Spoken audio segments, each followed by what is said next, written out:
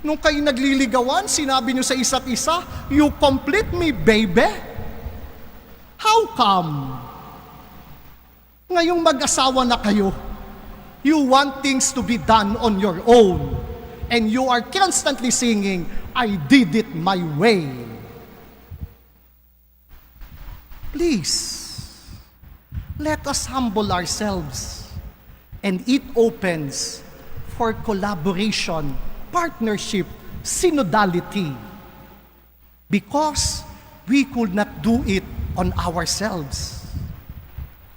At hindi naman ho kabawasan yun ng dangal at dignidad. Nagbubukas ngayon ng katotohanan, ako'y tao rin at kailangan ko ang Panginoon sa aking buhay. Yung mga nakatatanda, admit there are changes in roles.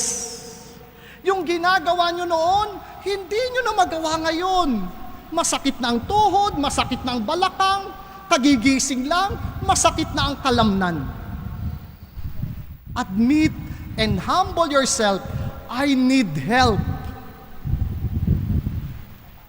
And once you admit it, the more God could intercede and do something to save us.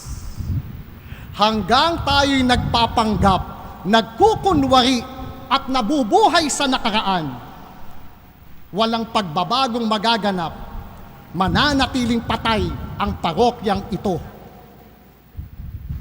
When we admit we are no longer living in the past, there is always something that is new, an opportunity opening it up.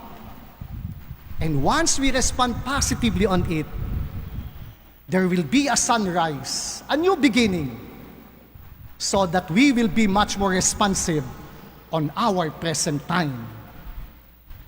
But it should start and begin by humbling ourselves. We are droning. We need help. And Jesus Himself will reach out on us, pulling us up and bringing us back on the boat in order to continue our journey. But this time, it is through the guidance and the presence of God. Kaya po sa ikalimang araw na ito ng nobenaryo sa karangalan ng ating patrong San Roque, ang buhay niya ay punong-puno ng unos. Hindi nawaglit sa kanyang paningin ang presensya ng Diyos. At dahil diyan, nag-aalab ang kanyang pananampalataya, hindi takot at pangamba. Maraming panahon siya'y naluluno din. Pero alam niya kung sino ang tatawagin.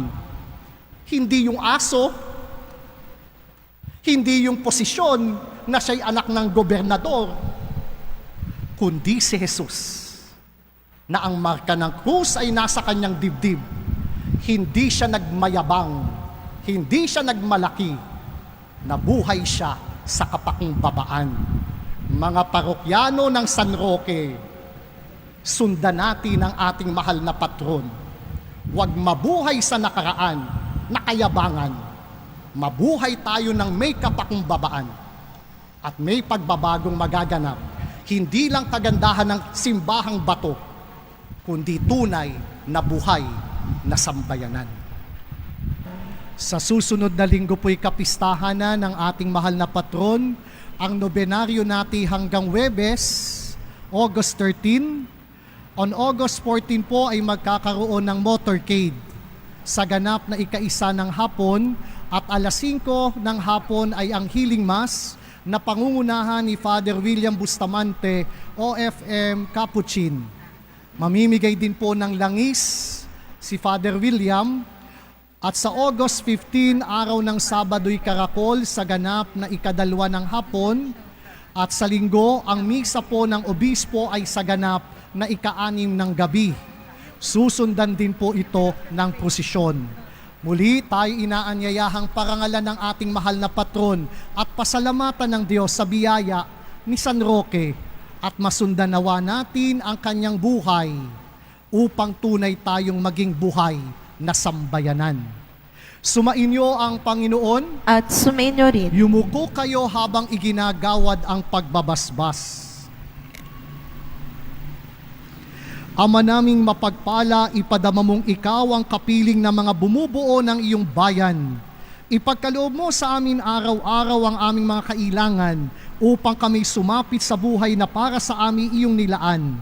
Sa pamagitan ni Jesucristo, kasama ng Espiritu Santo, magpasawalang hanggan. Amen. At ang pagpapala ng makapangyarihang Diyos Ama, Anak at Espiritu Santo'y manaog nawa at mamalagi sa inyo, magpasawalang hanggan. Amen. Pinasasalamatan din ho natin ang mga sambayanan na nanguna sa atin, ang Knights of Columbus, Commission Reader, at sambayanan ng San Rafael Arcangel ng Cagayan, Barangay 54, 54M, 54A. Humayo kayo't ipahayag ang mabuting balita ng Diyos. Salamat sa Diyos.